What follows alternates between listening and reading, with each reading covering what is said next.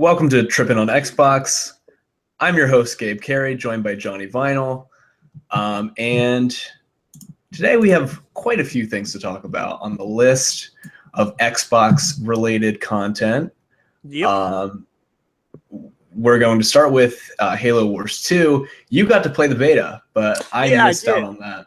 I did. We talked about it on our last all multiplayer, right? The beta, yeah, it was only Blitz multiplayer. It wasn't even the regular multiplayer, which we talked about the last episode. It's like a card-based thing where you make your set of cards before the game, and they come up randomly, and then you earn energy in the game in order to deploy the cards, and that's your units and your power. So it's a much quicker game pace than your normal RTS. You're not going to be there for an hour. As a matter of fact, all my games lasted about 10 minutes, which was great. The thing, I was excited for this game already, as we talked about before, but now I'm much more excited because you got to view all the cards, just kind of go in there and see, like, make your deck, right? And you basically got to see how many units are going to be in the game, and there's going to be a lot more than I thought, and exclusive units to each commander. So it really does seem like which commander you pick is going to be drastically different, which now I don't play a lot of RTSs, so maybe this is kind of just basic common sense stuff to a lot of people, but for me it's not, and I think for a lot of Halo Wars people it's not, because there's a lot of people who just like Halo don't normally like RTSs, but are going to play this one. So there was a lot more variety there than I expected, and Blitz mode is just perfect for somebody who doesn't play a lot of RTSs like me. It really just sped things up and made me it's less intimidating than playing a regular RTS and multiplayer, which is scary as hell. Yeah. I am personally not too interested in the Halo Wars 2 multiplayer. Okay. So that I don't know if I would be into this. You said it's more of like a co-op type of deal. Well, there's two different modes within Blitz. There's PvP, which can go 1-on-1, 2-on-2, or 3-on-3. But then there's also, which was not in the beta, but it is going to be in the real game, a Blitz firefight mode, which you can play by yourself or go co-op with one other person, just like firefight in Halo, against endless waves of enemies. But as far as I know, that's never really been done in a real-time strategy before. So I think it's going to be unique. I think it's going to be fun. And I'm probably not going to play the PvP any more than I did in the beta, just because that's all that was there, because I'm not that kind of guy. I just don't play those kind of games. But I do love a good horde mode or firefight mode. So to try it in a strategy game, I'm really looking forward to it. You also got to see with all the units that there's all Sergeant. All right, this is going to be spoilers for Halo Wars 1, so cover your ears for a second. But there's a character in Halo Wars 1 named Sergeant Forge who died at the end of that game. And he is going to be DLC in this game. I think he's a pre-order bonus or Ultimate Edition bonus. I don't remember which. But anyway, my point is that I think it's cool that they're adding characters to multiplayer, even if they don't necessarily fit in with the lore. They could be dead, or they could be whatever, off in space. I don't know what happens in Halo. Story has lost me a long time ago. But so theoretically, they could add anybody they wanted. It doesn't have to be the characters that are in the Halo Wars 2 campaign to Blitz mode or regular multiplayer. They could do Master Chief and Cortana if they wanted, even though they're not going to be in the game, which is cool. I would like to see the team from Halo Reach. They were called Noble Team.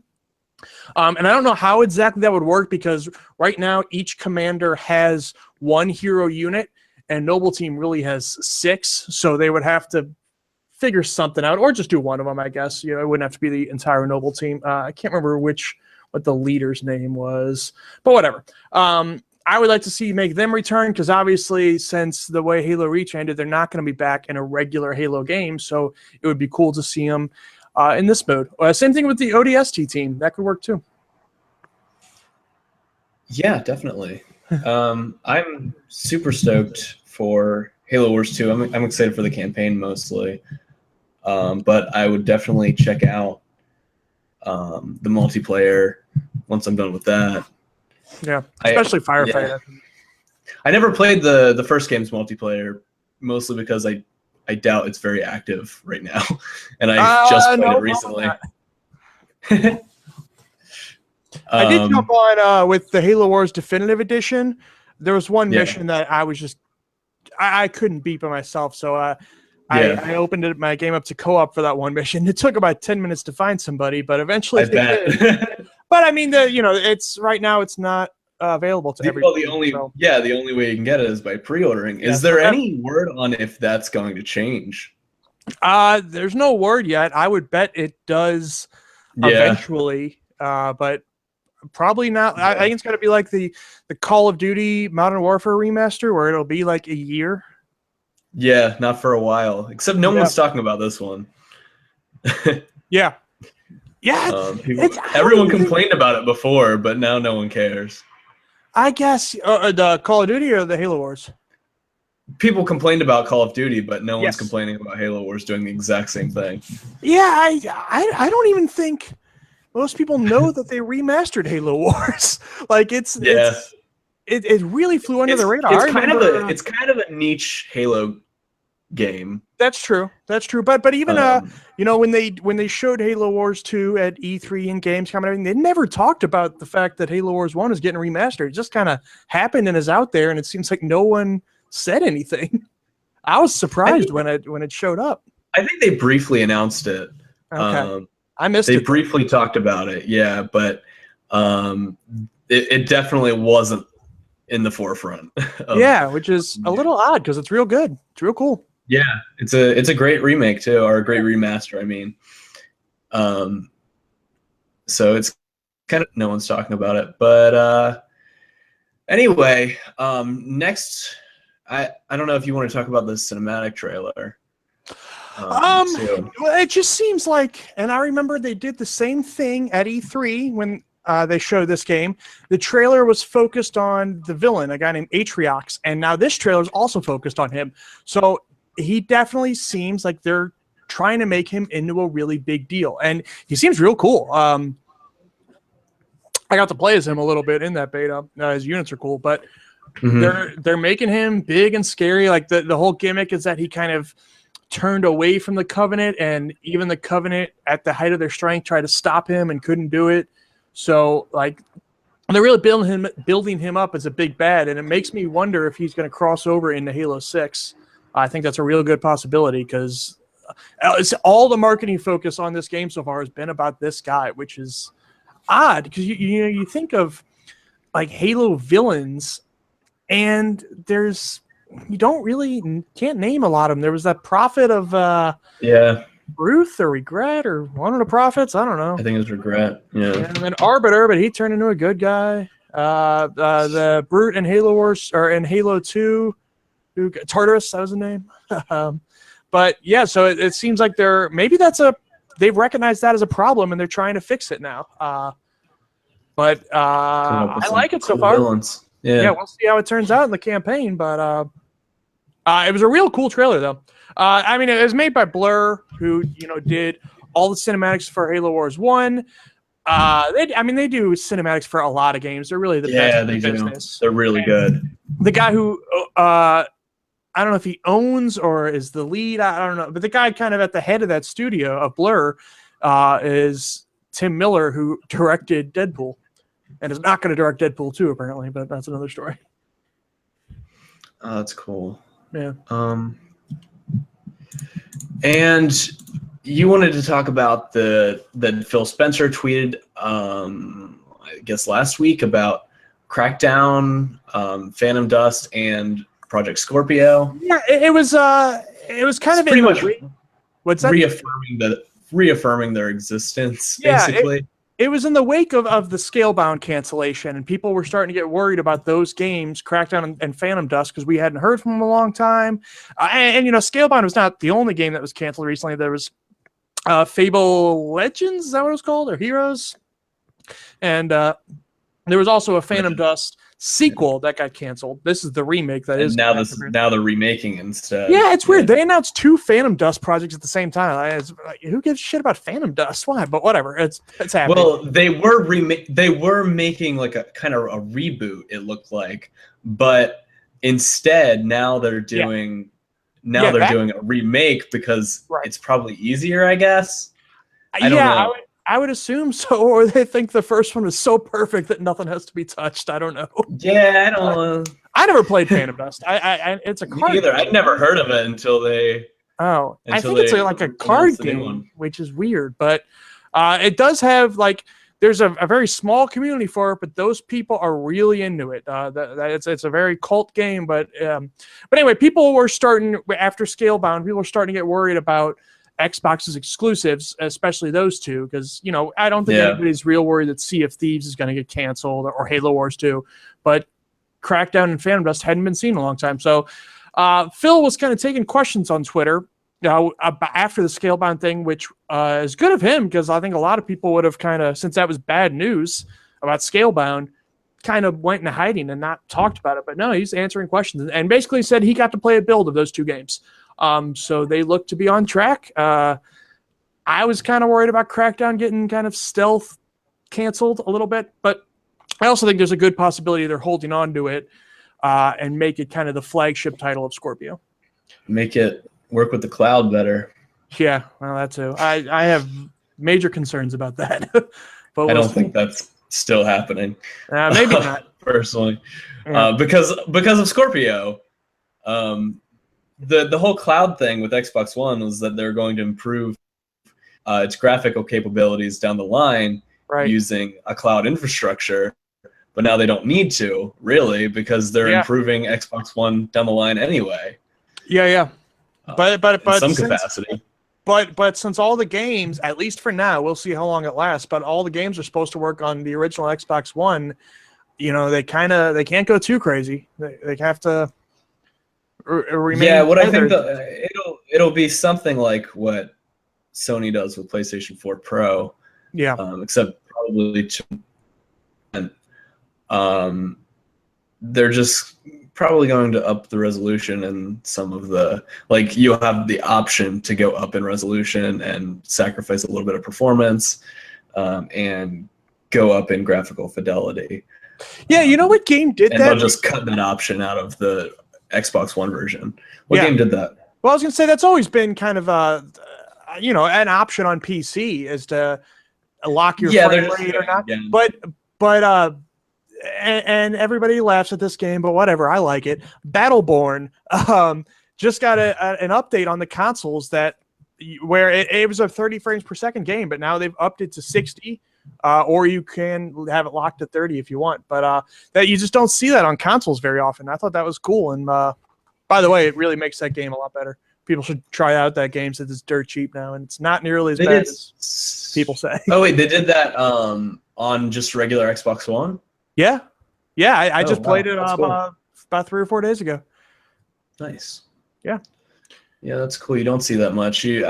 I got a PS4 Pro kind of recently, and I don't play it much, but I know on Final Fantasy 15 they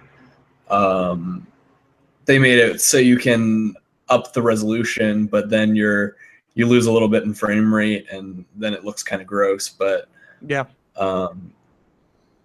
you can kind of toggle through graphical options, and they did the same thing with Rise of the Tomb Raider. So I imagine that's how it's going to be. Project Scorpio, whatever Project Scorpio turns out to be. Yeah, it's going to be. What I've heard most recently is that I keep hearing different things, that they're going to do real 4K, and now it's up to the developers.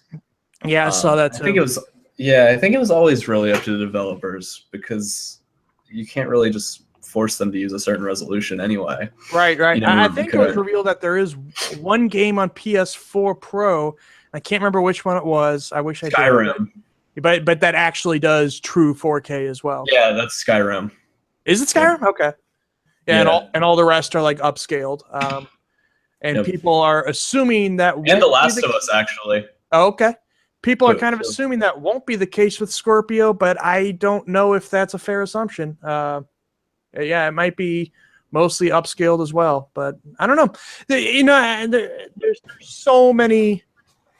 There's so much we don't know about this machine that it's going to be a real weird and interesting E3.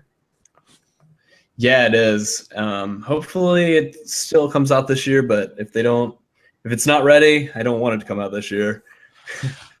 No, yeah, you're right. You don't want a broken launch or anything like that, but I kind of feel like it almost has to. They're not in a bad spot by any means. The Xbox One is still outpacing the Xbox 360, but in comparative to PS4, they're getting their asses kicked. And that's definitely not what they want. That's not the narrative they want out there for sure. Yeah, I think they're getting their asses kicked, but also pushing Windows 10 as part of the Xbox platform is a huge step in kind of garnering the same install base as PS4, because Microsoft, it doesn't matter how many Xbox consoles Microsoft sells because they don't make any money off the hardware anyway. That's true. Yeah, you're right. It's all about software sales. So as long as they're selling the game somewhere. I wonder how those games like Gears and Forza and I guess ReCore and now Halo Wars, I wonder how they're selling on Windows 10 because I don't really play on PC very often or ever. But I always just hear horror stories about the Windows 10 store. I don't know about that firsthand, but I just don't. Compared to Steam, anyway, people love Steam, and for good reason. Steam's great, but yeah, I would definitely prefer to play their games on Steam. But having the option, it doesn't really make too much of a difference. They run a lot better than they used to. I know with Quantum Break, originally, that game did not run super well. No, and that was not a Play Anywhere title, right? Like you had to buy that twice to get it. Like, am I right about that? I think so. Maybe I'm wrong. I don't know. It definitely wasn't Play Anywhere because it was before Play Anywhere. Right. But I know there was some kind of deal where you could get I think if you pre-ordered the Xbox version, you get it on PC as well. Or that would make sense. I can't remember. Yeah, maybe that was their pilot program. And then they eventually moved that. That game is also on Steam now. Right. Which is kind of weird. Well, it's not. I know the developer is. Oh shit! What are they called? I just lost it. Remedy. Remedy. Yeah. But is it published by Microsoft? It's published by Microsoft. Okay, yeah. Okay. So it's super weird that they would put the game on another platform and not really make much money off of that. They did that with Ori too. Ori is on Steam. They did, yeah. Is State of Decay? I can't. Maybe not. I don't know. I think I've seen it on Steam. Okay. I bet you State of Decay 2 is a Play Anywhere title. As a matter, I think they've said all their first-party games are, so of course it will be. Yeah, I'm pretty sure all of them are now. So, and now Snap Mode is gone. Snap Mode is gone, and also, well, it's not gone for everybody yet. It's rolling out to preview members, which I am a preview member, but I haven't gotten my update yet for this. So I still got the old thing. But Snap Mode is gone, as well as the live tile. Kind of, on your Xbox One, when you open it up, the last game you played is kind of in a big tile. Yep. And apparently that stuff, both those things have been eating up a lot of RAM, which is why, we talked about in the last episode, the Xbox One UI is slow. It's chuggy. It's gotten better, but it's still not great yet. But apparently those two things, getting rid of Snap Mode and those live tiles, are making it a lot better. And when that rolls out to everybody, it's apparently going to be a lot snappier. As well as there's just kind of an overall redesign. It's not drastic. It's still recognizable, but it does look a little bit cleaner compared to your current Xbox One UI. And everybody should be getting that. I mean, who knows when, but relatively soon. It is in preview right now. I think those are welcome changes, especially if it makes the UI faster. Because sometimes, as I said, it's been getting better for me, but sometimes that thing makes me want to pull my hair out. Some people Snap Mode. Some people what? Really like Snap Mode. I never used like what do people I didn't use either, it for? but I think the only thing people really used it for is kind of obsolete now, which was listening to music while you play games, which you can do in the background now. Right, you don't need that anymore for music. Background music is there now, but though there's still, I know I'm probably the last old man who still does this, but I still put my music on an iPod, and whenever I would play 360, I could plug in my iPod, and it was great. It supported playlists and everything. I could have my music over instead of the game's music, and that's not supported on Xbox One, and that's a bummer. But I think services like Spotify and what's the other big one? I just lost my mind there for a minute. Apple Music. Yeah. I don't know which of those, since I don't subscribe to any of those. I don't know which are supported on Xbox One, but I know that at least one of them are. Only Groove Music is, which is Microsoft's. Oh, really? Yeah. That's not great. Which used to be Xbox Music. And before that was Zune.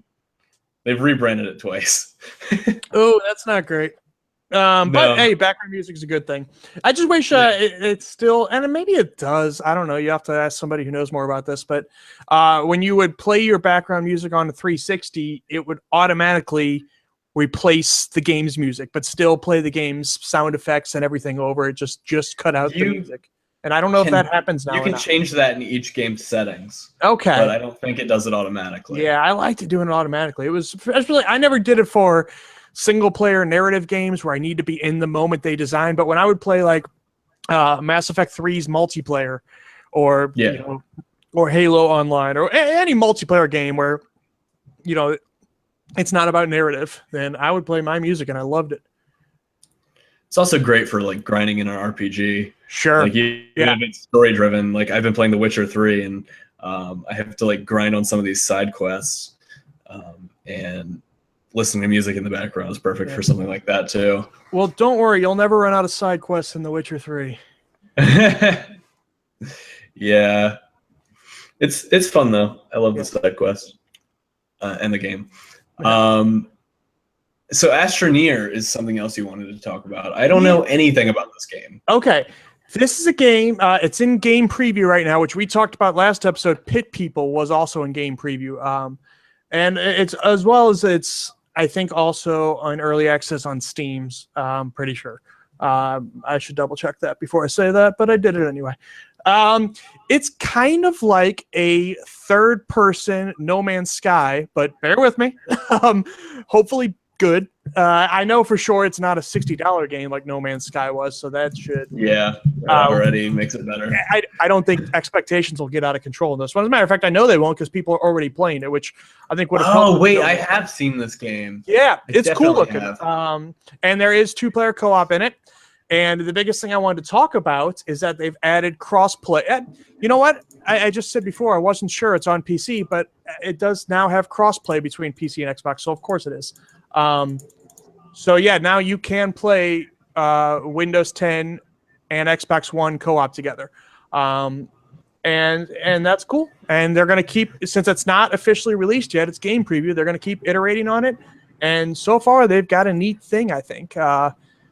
It's just exploring the galaxy, building a base, building minerals, and I don't know what more there is going to be to it. But right now, I think it's a neat little thing. And since it's not expensive, I don't think people are gonna lose their minds like they did with No Man's Sky. What is it, like $20? I think so. I should check. Yeah, I'll look at that. I tried looking it up, but I have a VPN. You what? So it's giving me Mexican dollars. Nice. How many Mexican dollars is it? It was like 169, and I don't know what that means. That's a lot of Mexican dollars.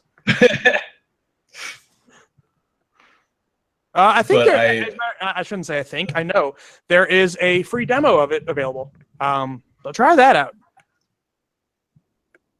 Oh, I found it. It is $20. Yeah. And that so might a lot of those game preview games go up $5 or $10 when they're actually released, but you can get them cheaper by buying them in preview. So that might go up to 25 or 30 when it finally does release. And I don't know what their time frame is. That might be a year from now when the game is done. But but definitely it's a neat thing. And if you were excited for No Man's Sky and got disappointed by it, this might be something to look at. This might be what you're looking for. Yeah.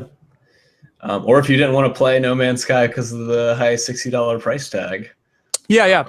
And this is more, it's you know, just a deal. that's an easy comparison to make, but where No Man's Sky was a lot of flying around the galaxy in your spaceship, this is a lot of being on planet on foot. So a little bit different, but similar ideas.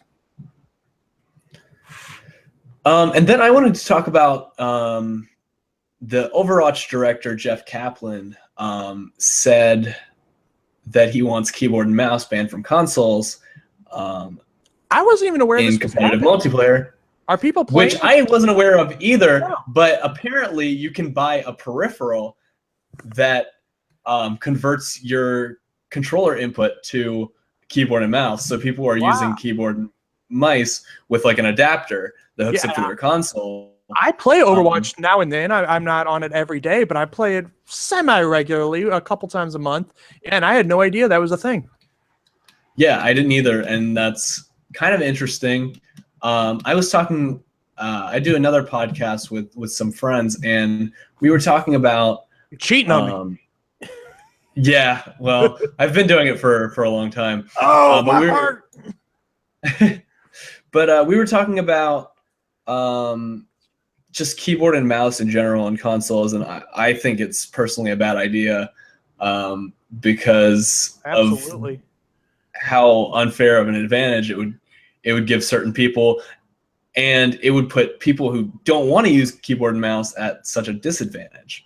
Yeah, if I wanted to use keyboard and mouse, I'd play it on my PC. The whole reason I play it on consoles, kind of the one thing that consoles have left is there is no option of keyboard and mouse, so there's no unfair advantages in competitive multiplayer.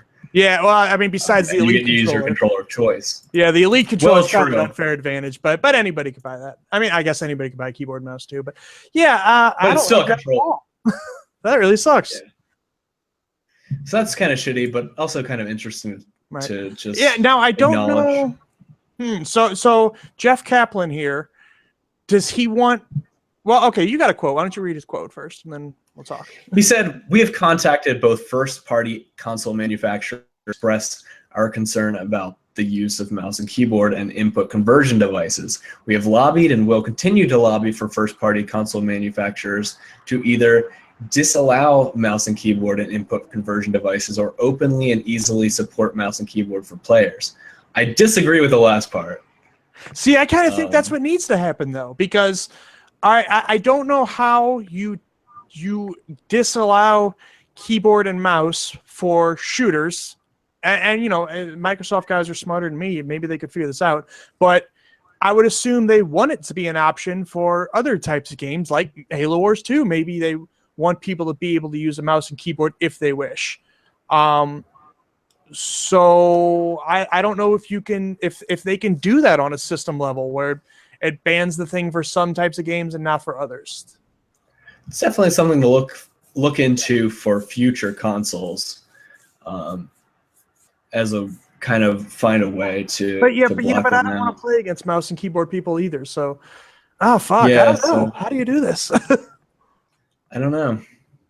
I mean, they did. I imagine the problem isn't that widespread enough. Yeah, maybe not. They did just recently, kind of going on the same thing. Gears of War 4, you know, is a Play Anywhere title, and it was cross-play with the co-op modes but not PvP, because they did not want the mouse and keyboard advantage. But there were so few people playing PvP on PC. That's a lot of initials I just sprouted there. That, you know, you pretty much couldn't find a game because everybody was playing on Xbox. So now they opened it up, at least in unranked mode. Now there's just full crossplay. And I play that game in Horde, not PvP, so I don't really know how it's affected the game. I should find that out. It'd be interesting. For sure. And next, Fallout Shelter is coming. Well, at the time of this podcast, it's coming tomorrow, but that's Tuesday, February 7th, to Xbox One and Windows 10. Yeah. Fallout Shelter was previously a mobile title, a spin-off kind of companion app almost to hyped up for Fallout 4. Really, you remember when that launched? That they launched it at E3, but nobody could download it for hours. The servers would crash every time. I remember I had to work that night. I had to go in at midnight and work an overnight shift, and I was trying to download it all the time, and I couldn't get it till about halfway through my shift. And then it was disappointing, but that's another story. Yeah, it wasn't that great. No, it wasn't. I actually only played it on PC because it was already on PC. Oh, it was on Steam? Yeah, it's no, it was available through Bethesda's own client. Bethesda has its own application that you can use, and it was free. I don't know if it's free for Windows 10 or Xbox One. Well, it was always a free game on mobile, so I would. Yeah, I don't know if it's still free. I guess that's a good question. I didn't think about that, but it might be. But what's interesting to me is that it's not on PS4. Bethesda, we've seen this generation, a lot of third parties kind of make that jump, not necessarily with the exclusives, but preferring PS4. Like Call of Duty is now always on the PS4 E3 stage, and they get exclusive content first. And Red Dead Redemption 2 is going to get exclusive multiplayer DLC on PS4. I guess not exclusive, but first on PS4. There's a lot of that kind of stuff going on this generation, and Bethesda seems to be the only ones, maybe not the only ones, but one of the few still preferring Microsoft. You know, we saw the mod support for Fallout 4 come to Xbox before PS4, and even now, even though it is technically on PS4, it's like a real stripped down, shitty version. And we kind of saw that Bethesda and Sony have a real big public fight about that when it almost didn't happen. And now this Fallout Shelter does not seem to be coming to PS4 or even Vita, which would probably fit well on Vita, but doesn't look like that's going to happen. Yeah, that's. I wonder if it ever comes to Switch. It would probably be a good fit for that. It definitely would be, and especially now that they're in business, putting Skyrim on Switch, maybe Bethesda would be open to that. I could definitely see that happening. Although I don't see know. it coming to PS4 as well down the line. Yeah, down the line, and it very well might. But right now, there's no word about that. Nope. I would imagine that's probably because it was already on PC and it's just coming to the Windows Store, and it's a lot easier to port from Windows to Xbox than it would be from Windows to PS4, I believe. That's true. Yeah, that makes sense. So next, you wanted to talk about a little game called Candleman. Yeah, and this is kind of in the same vein as Fallout Shelter. Fallout Shelter is kind of a small. You can't call it indie, and I don't even know if it's fair to call it small, but it's it was kind of a game that stealth just came out. I had no idea that was coming. And Candleman's the same story. This one is a small indie game. I think it's fair to say that I just heard about for the first time about 2 weeks ago, and then it came out on January 31st, which is nuts to me. As a matter of fact, you and I were kind of just talking about it before we started recording, and finding out more about it, which we didn't even know. All we saw was a trailer. But apparently this game was published by a publisher and a studio that we've never heard of before. A publisher is called eHome Entertainment. Developer is Spotlighter Interactive. It's a puzzle platformer called Candleman, and it's $15. And it is, you play as a little candle, and I guess it's a platformer, so you get from one end of the stage to the other and solve physics puzzles. It gives me a vibe of Unraveled, that game with Yarny in it. It's really it's a beautiful trailer, though.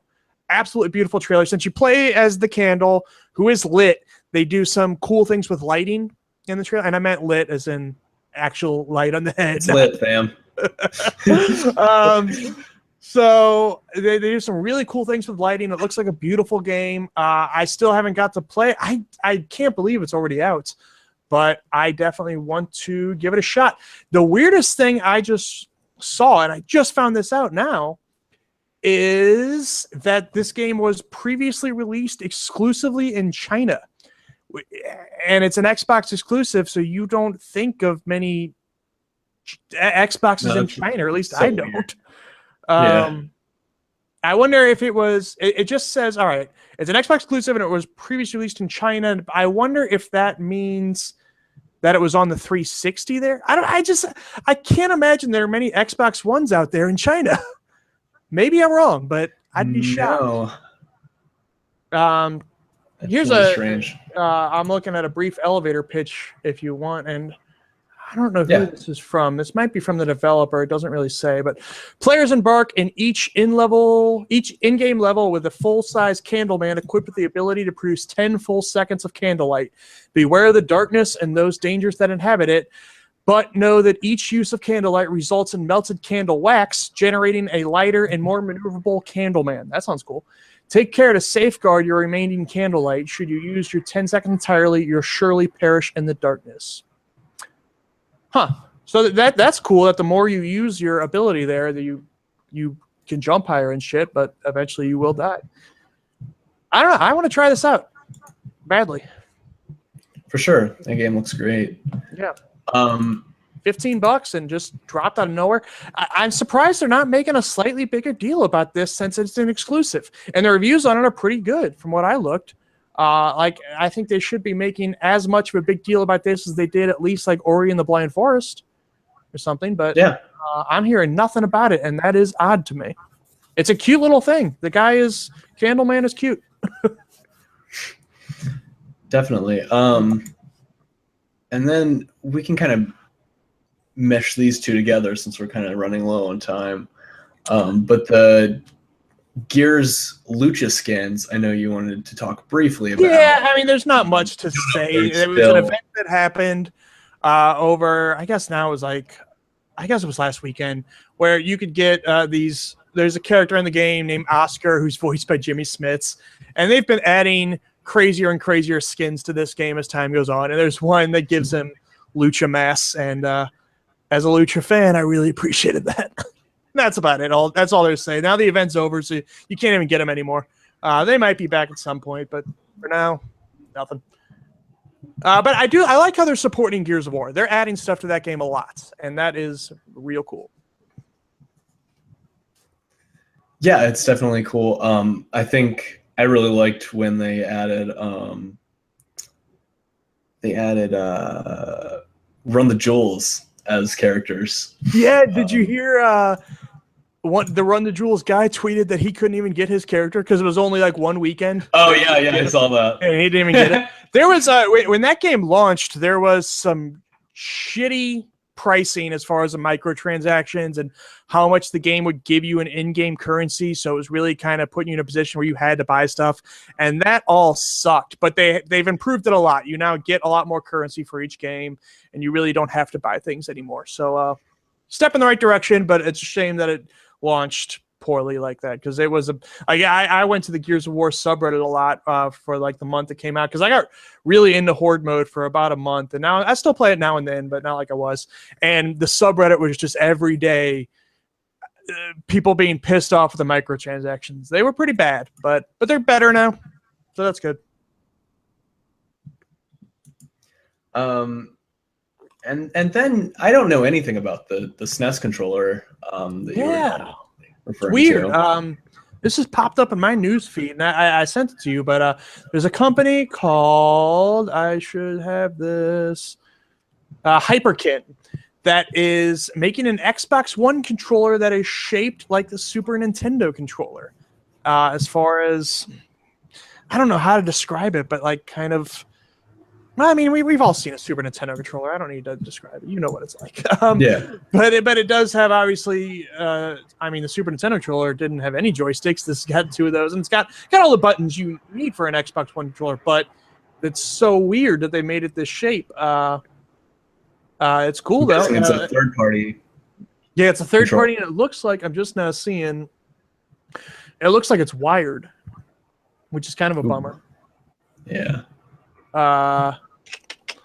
It does have that regular headset jack, not the terrible one that originally came with Xbox One. It's on sale February 21st, so it's not even out yet. And $30. And you can get it in red, white, or black. But yeah, it looks like it's wired only. I did not realize that. That's kind of a bummer.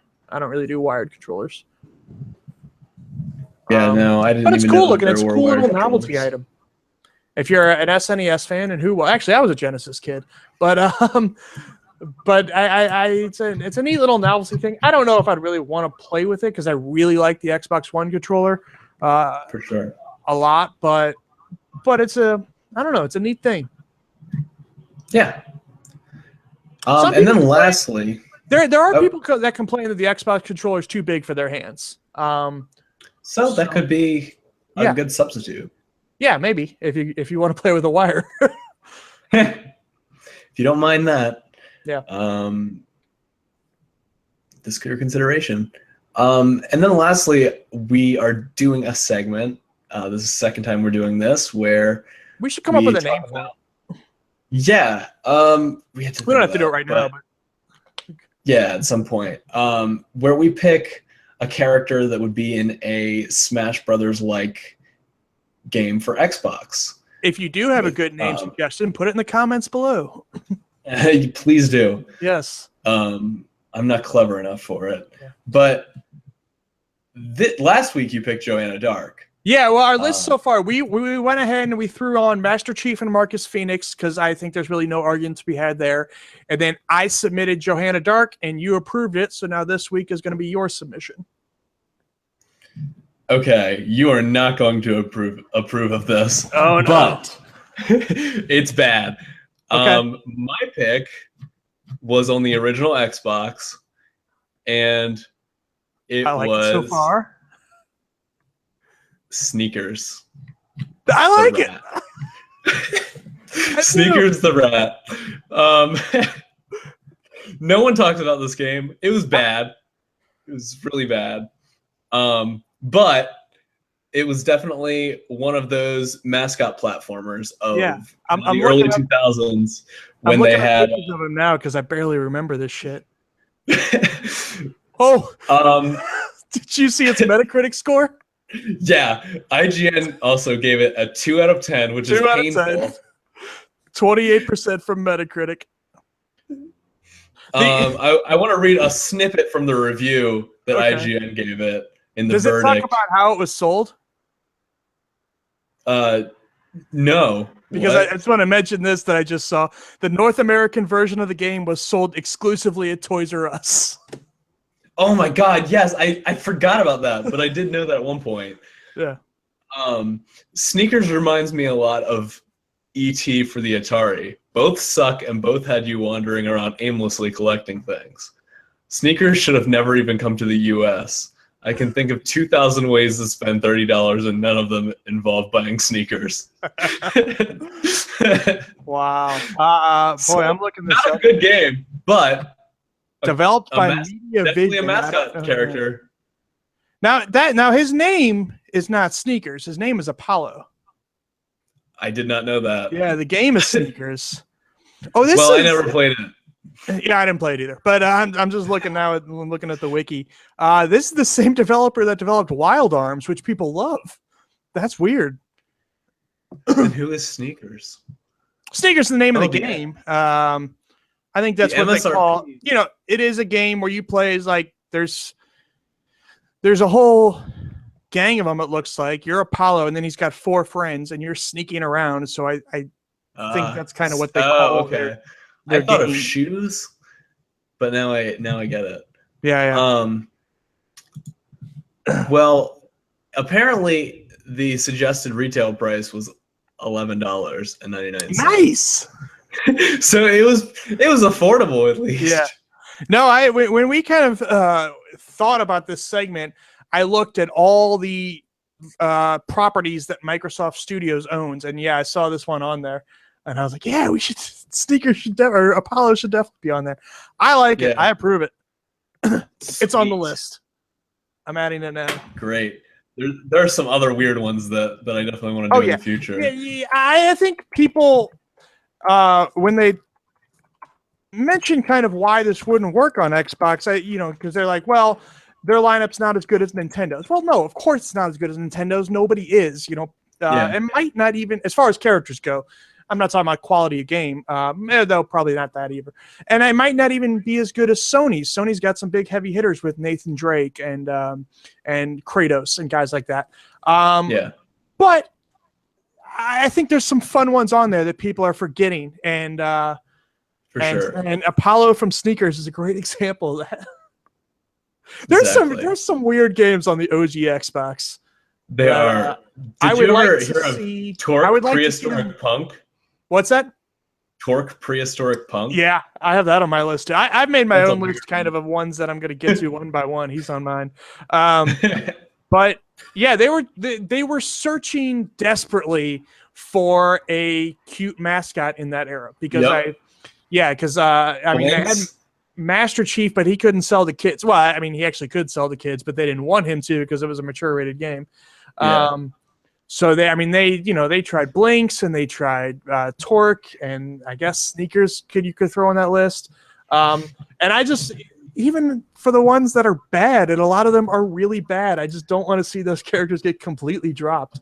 So I'm not saying we need a Sneakers 2, but maybe it would be a better game. Yeah, well, maybe it couldn't be worse. They could do something with the property. Yeah. I mean, they are remaking Voodoo Vince too.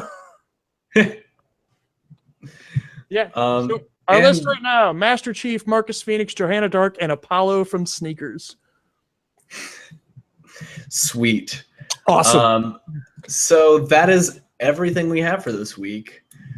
You can follow me on Twitter at GamesPlayGabe. You can follow Johnny Vinyl at Blackheart JV.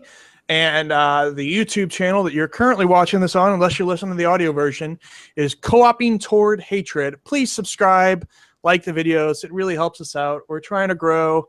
I want to quit my shitty job. So help me out, please. Sweet. Well, thanks for listening, and thanks for joining me today. And me. Yep, thanks for joining us. I was thanking you for joining me. Oh, all right. Well, thank you for having me. Also, thanks to the audience. Hey, jerks. This is Johnny Vinyl. And if you like the video you just watched, you can click right here to see our next one.